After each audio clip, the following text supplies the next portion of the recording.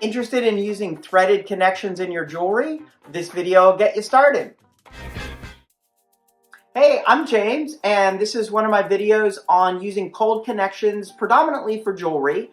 And I have to confess, I love cold connections. I don't know if you've seen any of my ultimate compilations of different handouts and scans out of books that I've collected over the years. I have a separate video just about threading, so you can tell that I'm super excited about it, and feel free to check that video out as well. But this one will be a little bit more hands-on, and we'll just get into some of the basic parts and how you actually do it. So did some quick little sketches instead of a big whiteboard like I normally do in the classroom, but this is the basic anatomy of threaded connections. So what you need to know is you have a nut or a bolt that has a particular kind of machine thread on it, and we're going to go over how to cut those threads into material, which is called tapping.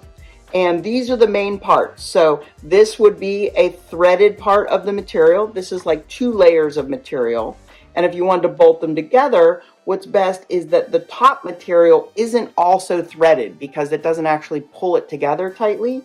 So you would have what's called a through hole that is drilled bigger than the threads. And you'll see a little bit of this in a minute. And then a lot of times, depending on the type of head you have on your hardware, if it's a normal kind of screw head with a little like slotted screw head, I like to countersink it so the head of the bolt or screw is flush with the material that you're working with. And then sometimes you might thread all the way through and have a nut on the other side, but sometimes you might not want to see it all the way through. And in that case, it doesn't go all the way through the material, and that's called a blind hole.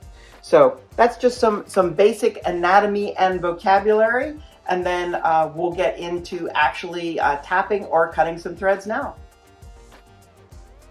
This is one of my demo trays that I use in the classroom, and what I do is I Xerox all the tools and materials that I might need for the demo, just to make sure that I don't forget anything. And so what I'm going to go over is, I recommend starting with a larger threading size, just so you can kind of get a feel of what you're doing and actually see what you're doing a little bit better. So all the things in this tray are larger, and they're sized 1/4-20. So the numbers used in threading, the first number is the diameter of the rod or the wire that you're working with, and the second number is the TPI, or threads per inch. So in this case, it's a 1/4 inch rod, and it has, if you measure, 20 threads per inch. So it's a coarser machine thread. And these kind of threads are different than wood screw threads. So I'm not going to be dealing with those at all in this video. These are all what are called machine threads. And so they're all uniform. They're not tapered or anything like that. So I recommend starting with something around this size so that you can get a feel of things. And so the best thing that's easy to start with is just a piece of acrylic, so you can actually kind of see what's going on. And just to save time, I've drilled it already with the right size drill bit.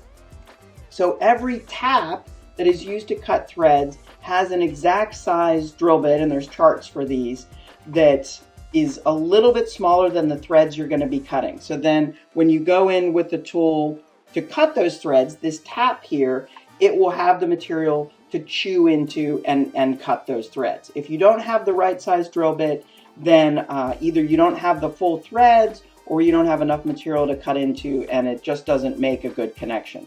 So I've drilled those holes, and I'm going to demonstrate with this little acrylic piece. And you take the tap, and you have a tap wrench that is engineered to hold the taps, and it holds that square end of the tap. And then you want to keep the tap perpendicular to the material that you're cutting the threads in. So if it's on an angle, then your bolt is going to go in on an angle and everything else. So it's really important to keep it perpendicular to the material, and make sure that you can come out the other side. So either you can put it over your bench pin just like this, and then you want to take a fair amount of force just to get it seated into the material, and then just go slowly by hand and work the tap through the material. So it's tapered, so it's slowly cutting more and more material. Now, if you were doing a blind hole where it doesn't come out the other side, then obviously you would back it back out before you hit the bottom. But since this is going all the way through the material, then you can just keep turning and the tap will cut more and more of the threads. And at some point, it should just get easier when it's fully cut the threads. And then just to make sure that you have well-cut threads, if I have a through hole, I like to take the tap all the way through so that I have well-cut threads. And then you back it back out. It takes any of that material out. And you can kind of see a little bit what's happening within the acrylic. And since this is larger than the smaller size kind of micro hardware that's typically used on jewelry. So take that out. So this hole we've now threaded, and then this matching 1/4-20 rod can go right into it.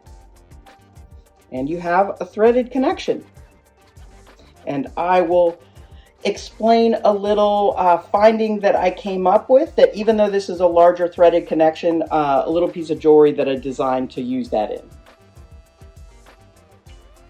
Now this is kind of a unique pin finding approach that I developed, and it may not work for your aesthetic, but it's I like some of that machined and industrial aesthetic to things, and I designed this for a pin swap that was happening at a metalsmithing conference. And so what I came up with is I made these steel parts on a lathe, and then I wanted to make them into functional pins, so then they have tie-tack pins coming out of the back. And what's happening here in the finding is I'm actually using 2 set screws. So a set screw is just like a little bolt that, instead of having a head that you grab with a screwdriver or a ratchet or something like that, you actually use an Allen screw to use to set down into that hexagonal recess. So I thought I could design a way to use these little set screws to make a finding. And so what's happening in here is the little tie tack, this little guy, is captured in between 2 set screws. And since there is that recess for the Allen screw, or the Allen wrench, you could take one out. So obviously I threaded this hole first, and then I took one of these set screws and actually cut it in half. So I put this set screw in first so that it had a little hole, and then I just drop the tie tack in there, and then I have the other half of the set screw that has a hole through it, and then I just thread that into the hole.